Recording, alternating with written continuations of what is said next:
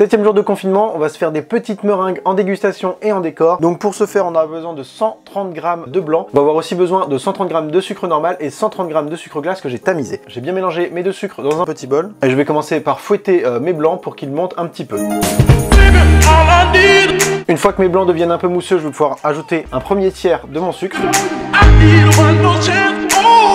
Quand mes blancs ont déjà commencé un peu à monter et sont un peu plus fermes, je vais rajouter la deuxième partie de mon sucre. Et pour finir, je vais rajouter la troisième partie de mon sucre. Une fois que ma meringue fait un bec d'oiseau, on va pouvoir pocher notre meringue. Je vais commencer par une grosse douille unie. Je vais pocher juste des petites boules pour vous montrer. Avec ma douille cannelée, je vais faire d'autres styles de meringue. On peut aussi réaliser de petits champignons avec une toute petite douille.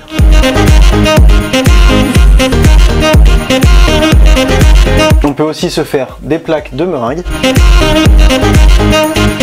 La plaque de meringue, on peut la saupoudrer de cacao, d'amandes effilées, d'amandes hachées, de zeste de citron, de n'importe quoi. Ce sera plus pour de la décoration. Et tout ce qui est coque ou filet, vous pouvez mettre aussi des pépites de chocolat, des amandes effilées, de la noix de coco, n'importe quoi, pour donner un peu de goût à vos meringues, ou sinon vous les laissez telles quelles pour de la décoration ou de la dégustation pure. On va pouvoir les mettre entre 90 et 110 degrés au four, et le temps va varier selon la taille de vos pièces. Donc là, j'ai que des petites pièces à part une grosse qui est ici, mais sinon on a que des petites pièces, donc on va mettre à peu près 2 heures, voire 3 heures grand maximum. Le temps de cuisson de vos meringues va aussi jouer sur la conservation que vous allez obtenir. Du coup, pour des petites meringues, si vous les cuisez longtemps, vous allez pouvoir conserver vos meringues très longtemps. Si vous les cuisez peu de temps, vous allez pouvoir les garder que très peu de temps aussi. Si vous aimez vos meringues moelleuses à l'intérieur, sortez-les 2 heures après les avoir mis au four. Si vous les aimez un peu plus dures, mettez-les 3 heures minimum au four. Voilà du coup le résultat après cuisson. Donc on a nos petites meringues, vous voyez, qui se décollent sans problème. On a les meringues avec le citron, les petites meringues avec les amandes concassées. On a aussi notre petite baguette. Alors ça c'est très fragile, alors il faut les prendre délicatement.